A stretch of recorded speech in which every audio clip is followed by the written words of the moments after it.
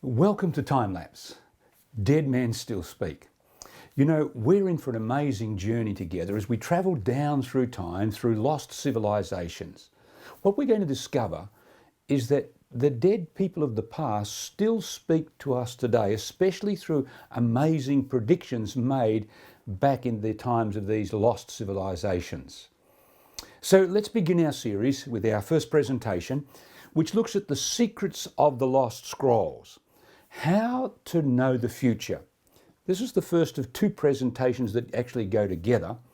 This is really part one. We're going to understand very clearly how to know the future. You know, the ancient people in lost civilizations of the past were very interested in knowing the future. They wanted to know, what does the future hold? We can see this very clearly as we visit the museums like the British Museum or the Louvre Museum in Paris.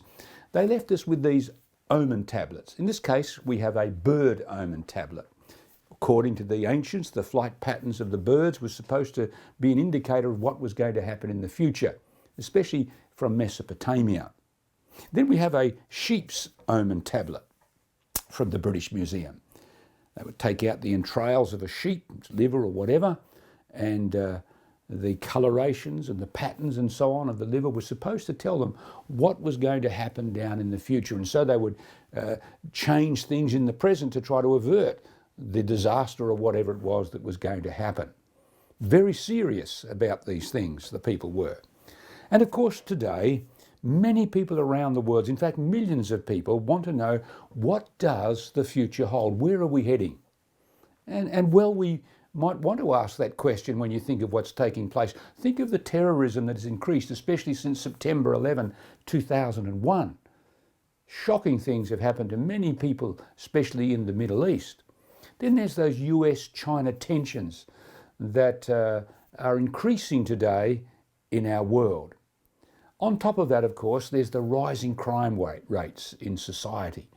Law enforcers are just wondering, how do we get on top of this thing? Because it's increasing around the world. And then there's an escalating global drug culture. Millions of young people's lives are being affected health-wise because of this rising drug culture in our world today. And then we have climate change and global warming. Scientists are very concerned about the future because of this sort of thing. And then the economists tell us we're living in a house of cards, many economists. It's not a case of if, but when there'll be a collapse, because we have a very fragile global economy now that we're so interconnected around the world. And because of all these things and many more, people are asking this question today: what does the future hold? Where, in fact, are we headed?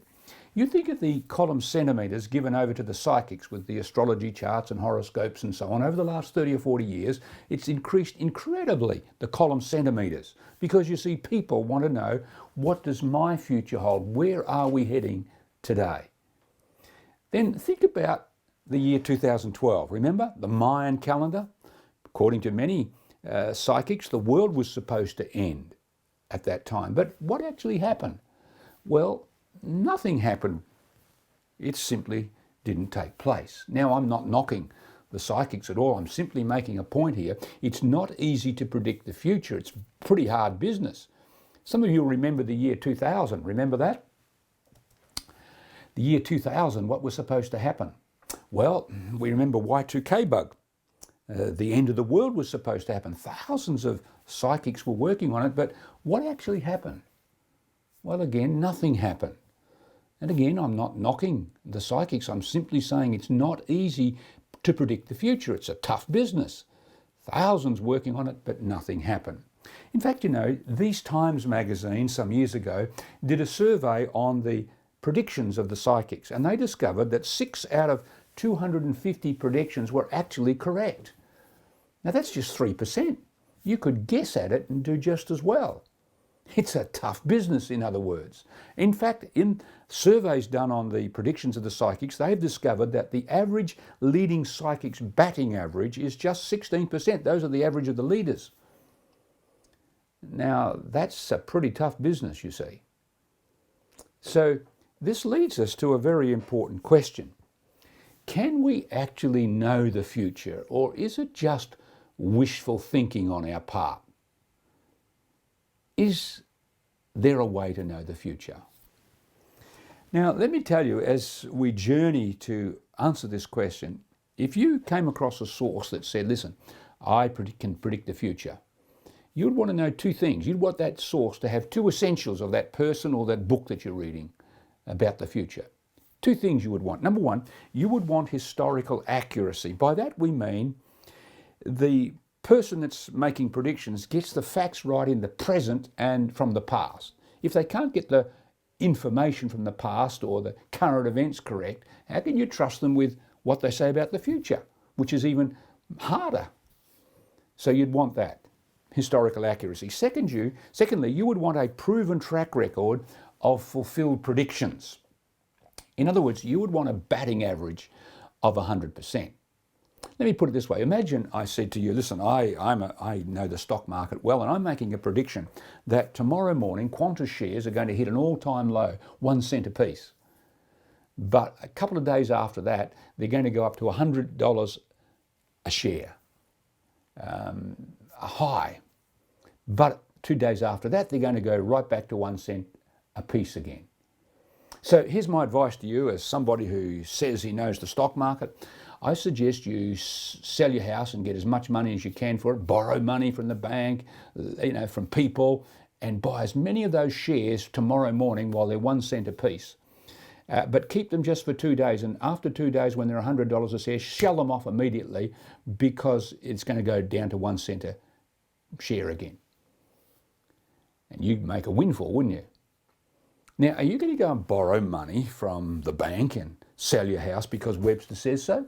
I don't think so. I think if you're smart, what you will do is you'll go to the internet and you'll check out Webster's batting average on the stock market. And if you discover that I predicted the problems back in the 70s, the financial crash in 1987, the GFC crash in 2008, and some other indicators, you might start to think about borrowing money or selling your house to get those shares, wouldn't you? But you're going to check up on my batting average. That's the point that we're making. Now, is there such a source that has historical accuracy and has a proven track record of fulfilled predictions? Is there such a source? Well, let me say absolutely there is. And we're going to discover that source together. We're going to look at evidence that comes from both archaeology and from university history. Now, it's been my privilege to have done a master's degree in archaeology. I've dug in the Middle East and continue to take tours to the Middle East as well. And also I've been privileged to study university history, both ancient history and modern history. So we're going to look at the evidence from those two sources as we journey through this program together. Let's begin with archaeology. What is archaeology? Well, archaeology is really digging up the past. In a nutshell, especially in the Middle East, countries like Turkey, Greece, Egypt, more so the countries like Israel and Jordan, Syria, they discovered that the ancient people had what we call tells. Well, the ancient people didn't call them tells, we call them tells. They are civilization mounds. The ancient people used to build on hills for obvious reasons. You are above the floodplain, and also you're on top of a hill, and if an enemy came, it's easier to fight an enemy who's coming up a hill than being on the same level as them. So they tended to build on rises, but those rises grew over time. Now, why would they grow over time? Well, for this reason. If an earthquake hit the place and buildings came tumbling down, they would use as many of the existing structures as walls for their house or foundations, but they'd bring in dirt to level things up and build on top using some of the existing structures or those for foundations. Say 200 or 300 years later, an army came through, had a big fight, burned the city. There'd be lots of ash, but also there'd be some existing stone structures. And so if those people came back, or new people came in 200 or 300 years after that and came to the same site, they would bring in fill, use existing structures, build on top of that. So as you can see, the hill is growing over time. Here's an example of this. Is Tel Megiddo. in Israel, very famous for what we call the Battle of Armageddon, if you've heard of that. In fact, we'll talk about that later on in our series, and we'll be back at this site, Tel Megiddo. Now you can see here, there's different civilization levels. Here's an older one, and they've built on top, and here's another one at this level right here. Now, if you visit Jerusalem today, you can see that very clearly. The streets that you walk on in Jerusalem, the old city of Jerusalem today, are not the same as they walked on 2,000 years ago, for example, in the time of Jesus Christ, who came to Jerusalem. They're about, 6 metres down, and you can visit some of those. Archaeologists have excavated down to those levels, and we have the Cardo in Jerusalem, the roadway, and so on. And so over time, the city of Jerusalem is built up by 6 metres, and that's an indication of what happened through time. Now, pottery is very important to an archaeologist because we use pottery to date the level that we're digging at. You see, all over a tell you'll find pieces of pottery, and as you dig down you'll find pottery. It's seldom that we find a pot like this one here from the early Bronze Age, it's said to be. We don't find too many of those intact because walls came down and structures were broken. Pottery was broken. So you find heaps of these, what we call pottery sherds or shards.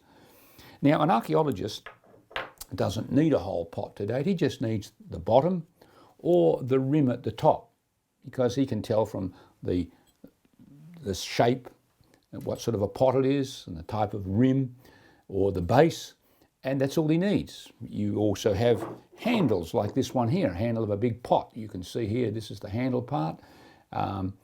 These sorts of things are very helpful for dating. He can say, oh, that's one of those pots. That comes from 300 BC, or that comes from 700 BC. That's that period. Because pottery styles change through time. Much like dress or fashion changes through time. If there's a lady, one of you ladies watching this program, you can tell, if you're an expert in fashion, you can tell just from the collar, oh, that's from the 1700s, or just from the hem, or that's from the 1500s, because dress styles change through time. If you're a gentleman watching this afternoon in this program and you're an expert on cars, for example, you can tell just from a bumper bar, oh, that's from the 50s, or that's from the 80s, because car styles change through time. Well, so did pottery styles change through time. And all over the Middle East, in fact, they traded across the Middle East and into Europe and down into India and so on. And so pottery styles change through time. You imagine if you're in, say, India, and one of the ladies says, oh, that's a nice pot, to a neighbour. Where'd you get that? Oh, I got it down at the local bazaar. Oh, so the ladies like this style, so either the pottery people in that village would copy them, or they would import them. And so I've seen pottery in India that's very similar to pottery in the Middle East because of trade.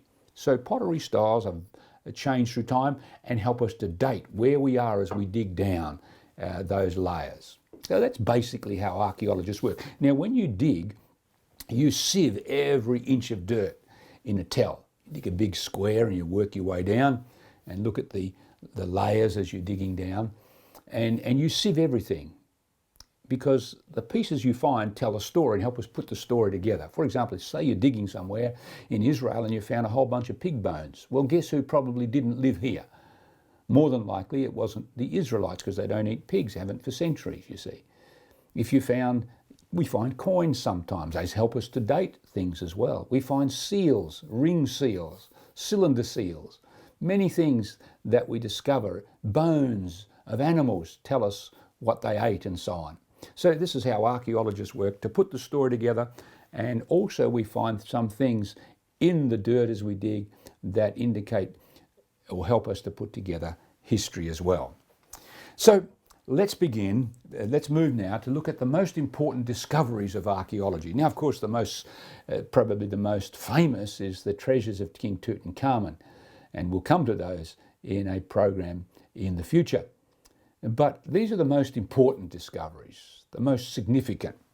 We go to 3 places. First of all, we begin in Egypt, that magnificent land of the Nile. And I love to take people to Egypt on tours so they can understand the past and what we see there. But this place is full of awesome monuments like the Colossi of Memnon here in Luxor, mysterious temples like the Philae Temple there down in Aswan, a magnificent place, and of course the famous and mighty pyramids of Egypt. This is a magnificent land with very lovely people. But it was in 1798 that the soldiers of Napoleon Bonaparte and his workmen discovered in the Delta area at a place called Rosetta a very famous stone known as the Rosetta Stone. The Rosetta Stone, you'll notice, is actually in three sections. Up here we have the Egyptian hieroglyphics writings, then we have a cursive Egyptian script called Demotic, and finally at the bottom section in the third part we have the Greek language. Now, scholars guess that this was the same message in three different languages or scripts. They worked from the known Greek language, because that's been known for millennia, back through to the hieroglyphs. And they were finally able to decipher the strange hieroglyphic writing, thanks mainly to a brilliant Frenchman by the name of Jean-Francois Champollion. He worked for 20 years trying to decipher the hieroglyphs, and finally they could read the writing on the tombs and the temple walls and so on, and the papyrus documents. Now, what did this mean? It simply meant now we could understand the history, the culture, the religious practices and so on of a mighty civilization, that of Egypt, which was one of the great civilizations of the ancient world. The second of the most important discoveries is in Iran, in a fascinating place known as Behistun. It's the Behistun inscription, not far from a large city in Iran called Kermanshah. I love to take people to Iran, beautiful people, a very friendly people there in Iran, and it's a lovely place to visit. And I've made about 3 trips there, taking people with me as we travel through this great land. But here near Kermanshah, on the Silk Road, the ancient Silk Road, there is a huge cliffs and inscriptions on these cliffs. One of the inscriptions is known today famously as the Behistun inscription. It's an inscription of King Darius the Great, Darius the First of the Achaemenid or Medo-Persian Empire. He's got his foot on the chest, you'll notice here, of these rebels. These rebels are in tow, and he's conquered them. Now, it's not so much the story that's important to us, but that this story is told in 3 different scripts or languages.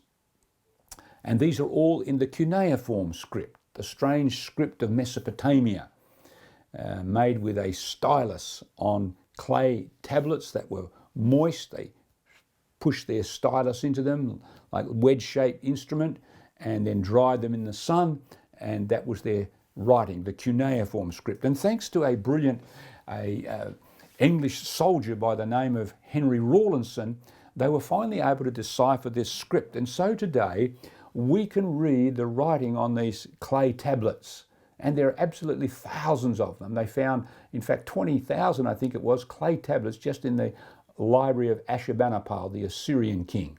So the Assyrians used this script, as did the Babylonians, the Sumerians, the Medo-Persians used it as well, and other groups used this famous script, cuneiform.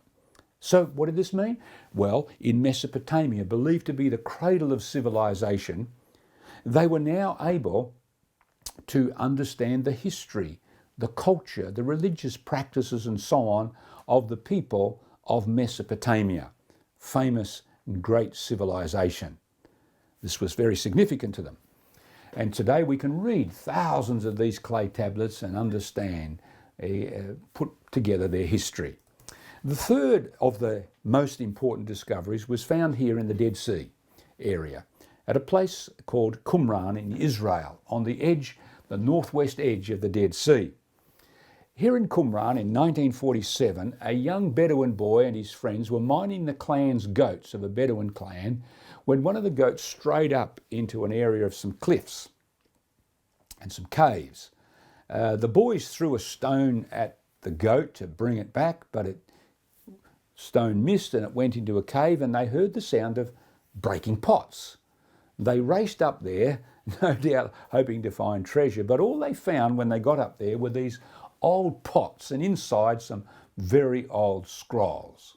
Well, they took the scrolls to their Bedouin clan, and the Bedouin clan took them to Bethlehem in Israel, where they sold them to an antiquities dealer by the name of Mr. Kando. Now, they sold them for about 100 US dollars. Those scrolls a few years later, scrolls like this, were selling for 500,000 US dollars. That's inflation in anybody's language, isn't it? And today, of course, these scrolls are priceless, and they're famously known as the Dead Sea Scrolls. Now, why are these scrolls so valuable? Well, first of all, because these scrolls are very old. How old are they? Well, we know from three sources how old they are. First of all, scholars have done radiocarbon dating on them. They've also discovered or looked at the style of the writing that was in those pots, the scrolls, the style of writing on them. And they know from the style of writing because the styles change through time. For example, English has changed through time. You try reading 16th century English, I guess I would imagine most of us can't read that today. At least it's not easy at all, because the script styles change through time. Well, they did in ancient times as well. We know from the style of writing what period it comes from. And then, of course, some coins were found with some of those scrolls, and this also helps to date them. So with these three methods, we know they date back to 100 to 200 BC, before Christ. Very old scrolls. In fact, they are some of the oldest documents we have in the world.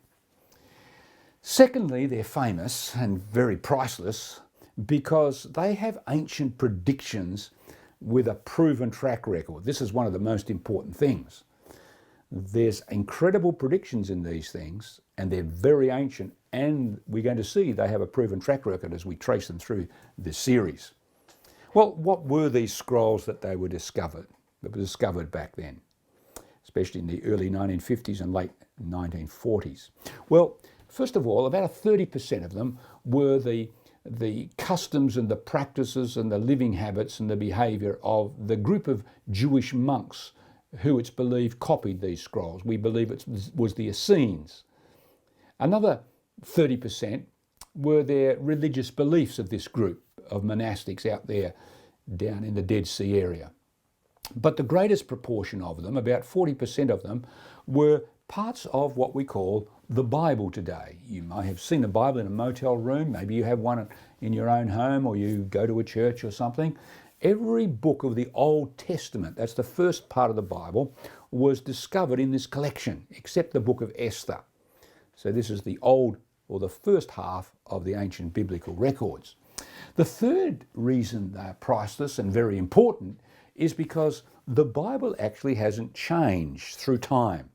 It's been accurately copied for 2,000 years. You see, scholars thought this. Ever played Chinese whispers? I'm sure you have as a kid. You know what happens. You whisper in someone's ear and this message is passed on around the circle and it comes back to the person who started it, and it's always significantly, usually different than what we started with because we miss along the way. Well, scholars thought that would be the case when we found ancient documents like this. Surely, if the originals were made and someone copied the originals, and then someone copied the copy of the originals, and someone copied the copy of the copy of the originals, and so on through time, surely you would introduce a bunch of mistakes. Well, scholars now had the chance to check that. They could check the biblical records that we have today in what we call the Bible. They could check it with these old scrolls now. And when they did, they discovered that there's really no significant change at all in the meaning. And we now know why these scrolls were copied so accurately and carefully, because they were very careful in copying. We now know that some of the practices of the Jewish copyists or scribes is that they would do word counts, for example, on documents they copied. And then you would have to make sure that what you had copied had the same number of words as what you were copying from. And if it wasn't, sometimes they would screw the whole thing up and start again. Now, among the Dead Sea Scrolls, they found almost 2 complete scrolls of the prophet Isaiah. And they were about 9 meters long. Now, imagine if you got to the last sentence in that huge long scroll and you made a boo-boo. Oh my, screw the thing up and start again? Well, they were very particular, and that's why we can see very clear that there's been no change in the meaning from what they had way back then to what we have today. Now, what we can do now is we can look, because of the ancient predictions that are in these scrolls, we can look and see, does the biblical records here, can we test them now by the standard of historical accuracy, and does it have a proven track record of fulfilled predictions, dependable predictions? So we're going to look at those two areas to check up on the biblical records because they contain these predictions. Historical accuracy and dependable predictions, or a proven track record. Let's begin with historical accuracy for the rest of this first presentation. What's the evidence for historical accuracy? Well, let's begin by going to Moab. Moab was a civilization in ancient times. It's in Jordan, what we call Jordan today. You'll notice it's not far from, here's the Dead Sea here, and it's just in this area around here. Now, in the biblical records, in the Bible, we read of King Mesha of Moab's rebellion. In the 9th century BC, this is when the biblical writers are writing. Notice what the biblical writings state. Now, Mesha, king of Moab, was a sheep master, and he had to pay the king of Israel, whose name was Omri, the wool of 100,000 lambs and of 100,000 rams. This guy must have been a Kiwi with all those sheep. But it came to pass when Ahab, who's the son of Omri, was dead, when Ahab was dead, that the king of Moab rebelled against the king of Israel, whose name was Jehoram, son of Ahab at this time. Okay, so that's what the biblical records tell us. Now, you can visit the Louvre Museum today, as I have a number of times, and one of the rooms they have brings us to the area of Jordan. And the French archaeologists and others working in this area discovered this amazing stone here. It's called the Moabite stone, or the Mesha Stele, for very good reasons. And archaeologists note that it dates back to the 9th century BC, the same time as what the biblical writers were writing in. Notice what this clay tablet, or this stele, says. It says, I am Mesha, king of Moab. Omri, king of Israel, had oppressed Moab many days, but I have triumphed over his house. Now, when scholars read that and they compared it with the biblical records, they saw, hey, this is historically accurate. This is an evidence of this, because we found something from outside the Bible that says the same thing. Let's have another example by going to ancient Babylon in Iraq. An amazing city. We'll come to that in future programs even more. Here we have the great civilization of Babylonia. Babylon was the city, but it was a city-state and controlled a lot of territory over a period of 70 years. The ancient city of Babylon in Iraq. We go back to the 600 BC point in time. A famous king, Nebuchadnezzar II, is ruling in Babylon according to the biblical records. But notice what we discover as we go back. The biblical writings tell us that this man made 3 raids on the city of Jerusalem down south and across from the desert. 3 raids, one in 605 BC, 597 BC, and then he destroyed the city in 586 BC. 3 raids. Interestingly, archaeologists discovered in Mesopotamia this little clay tablet here. This is a replica, of course, of what we have on the screen here, but this clay tablet is part of what we call the Babylonian Chronicle, and it mentions Nebuchadnezzar's second raid in 597 BC. Just as the Bible had indicated, he certainly came, and this clay tablet is evidence of that. It mentions when he attacked the city of Jerusalem, and destroyed it, I should say, in 586 BC. The biblical writers mention a guy by the name of Nebo-Sarsekim. He was the Rabsaris, or a chief official of King Nebuchadnezzar. Notice what the Bible says. Let's read it here. The Bible says, then all the officials of the kingdom of Babylon came and took their seats in the middle gate. Nergal-sharezer of Samgar, Nebo-Sarsekim, a chief officer, that's the Rabsaris, and Nergal-sharezer, a high official, and all the other officials of the king of Babylon. There they were sitting in the middle gate of Jerusalem. So the Bible mentions this guy, Nebo-Sarsechem. Amazingly, just recently, an Austrian gentleman was reading clay tablets in the British Museum when he discovered this one here, and when he read it, it talked about Nego-Sarsechem, the Rabsaris, or chief official. Just as the Bible had talked about, this guy actually existed. This is evidence, again, for historical accuracy. Now, the ancient Babylonians had numerous methods for predicting the future. We've talked about the bird omen tablets and sheep omen tablets and so on. They had different methods. One of them was examining the liver. Let's notice what the biblical writers mentioned about this. For the king of Babylon, they said, stands at the parting of the roads. He's got to make a decision, in other words. At the fork of two roads. We often use that term ourselves, don't we? We're at the fork of a road. We've got to make a decision. To use divination. To make a decision, he uses divination or magic. He shakes the arrows. He consults the images, that's their little gods, and he looks at the liver. Now, what on earth is that talking about? Well, evidently, they consulted the liver, like a sheep's liver, to try to predict the future, as we mentioned earlier. And lo and behold, when you visit the British Museum and the Louvre Museum and other museums, you can see these model livers, clay livers. Because of the colorations of livers and their patterns and so on through time, they decided to make these models so that when you get this pattern or this coloration, this is what's going to happen. This is an omen for good or an omen for evil. So let's make sure we don't get the bad omen, but we get the good omen if that was the case. So exactly what the biblical writers had mentioned, so today in the museums we see from Mesopotamia those very methods of trying to predict the future. Now, we said that Nebuchadnezzar made 3 raids on the city of Jerusalem, you'll recall. When he made those raids, he took captives, the Bible tells us, back to Babylon. One of those captives was a man by the name of Daniel. And Daniel has a book in the biblical records. It's a favourite of those Essenes who copied those Dead Sea Scrolls. A very important book to them, the book of Daniel, written in the 6th century BC. And as we said, it was a favourite of these people. And we have copies that go back 100 to 200 BC. And this book contains many of these ancient predictions with a proven track record, as we're going to see very clearly indeed as we move through this series.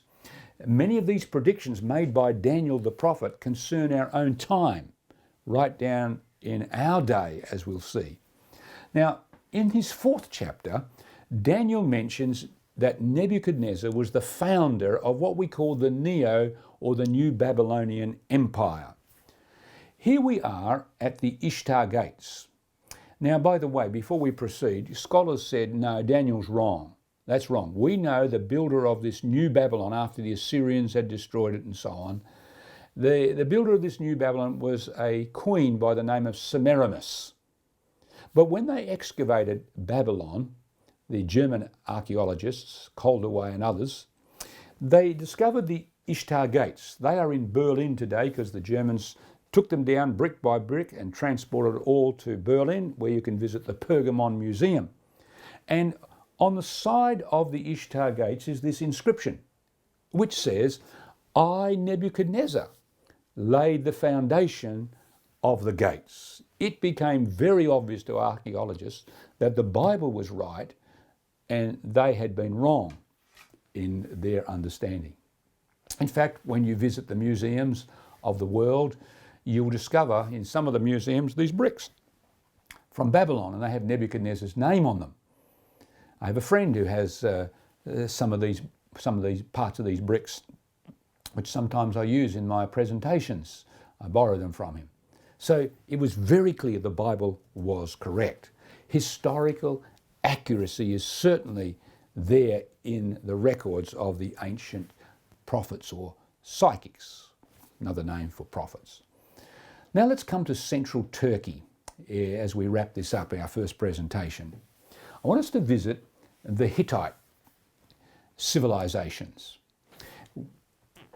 The Bible actually mentions the Hittites around about 40 times in this book, 40 to 50 times.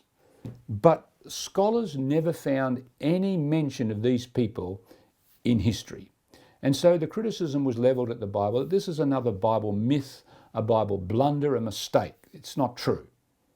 In fact, when you go to the Bible, here's one of the examples of the Hittites that's mentioned. Look, the king of Israel has hired against us the kings of the Hittites and the kings of the Egyptians to attack us. That's 2 Kings 7 verse 6. You will notice it lists the Hittites even against the Egyptians here. So this was, according to the Bible, a mighty civilization, but there was no record in ancient history up to this point. In fact, when you go to the Encyclopedia Britannica, the 1860s edition, you'll discover about 8 lines on the Hittites, and pretty much of it comes from the Bible, because they had no record outside of the Bible of the Hittites, which was why the criticism was levelled against the Bible. But then, as archaeologists began to excavate in Turkey, especially central Turkey, they discovered these huge cities, massive cities. You need a bus to get around this city. It's called Hattusa. In actual fact, they discovered that this was the capital city of the Hittite peoples. And it's a fascinating city to visit. I take people to this city. You go through the Lion Gate and down the road a little bit, part of the Hittite city. Just outside the city is a Hittite temple. You can see the Hittite gods and these funny little guys with their little hats on. I love these picture of these Hittite people here. So we now know that these people certainly existed.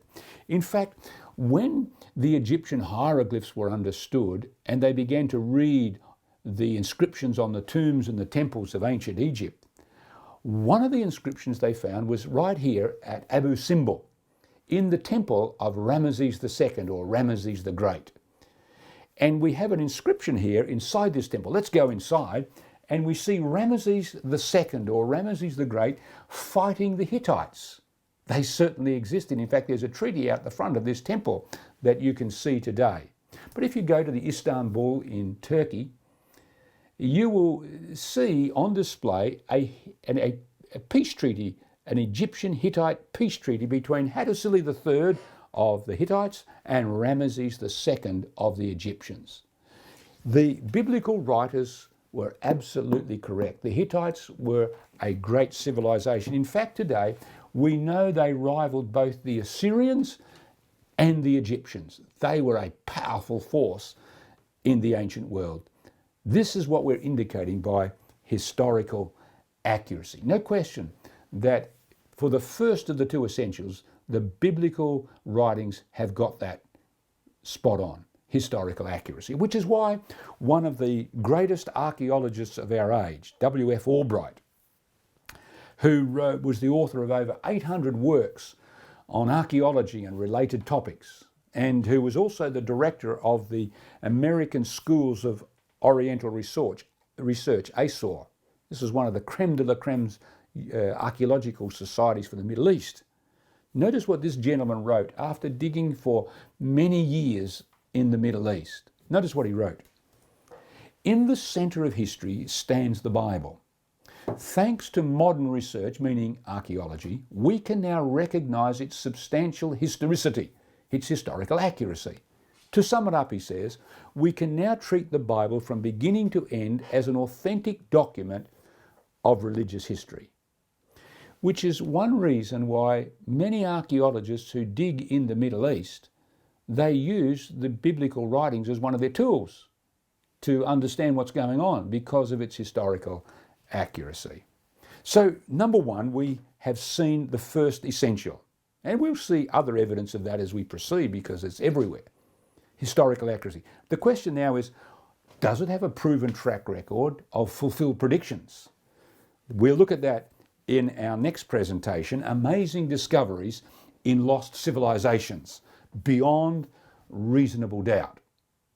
Now, as we go through this series, we're going to get you to take a response code. We'll be visiting, by the way, Egypt in our next presentation as we go into that presentation on the proven track record. And in that presentation, we'll come across an amazing prediction that was shared with Alexander the Great in 332 BC. It caused Alexander the Great not to destroy Jerusalem, which he was about to do, and continue on his way down to Egypt. What was this incredible prediction that Alexander the Great changed his mind because he was shown it? Each presentation, we have a response card. You'll see it on your screen below the presentation. Just click on card there. And on the response card, we have three things. Number one, you'll need to put your name, your phone number, and your email address so I can correspond with you, contact you if you want to as well. And if you would like a summary of this lesson, just click on I would like a summary in the box, and we'll send you a summary of today's presentation, this presentation. Secondly, the card is used for a lesson review. I want to make sure I'm getting the material across correctly, so we'll have like a quiz each presentation at the end, and you'll need to do the quiz in order to go on to the next presentation. So make sure you do the lesson review. Here's the one for this program. First question. There are 3 questions each time. 2 needed essentials were mentioned for any source that claims to tell the future. I mentioned 2 sources in this presentation. Just give one of them. Just write down your answer.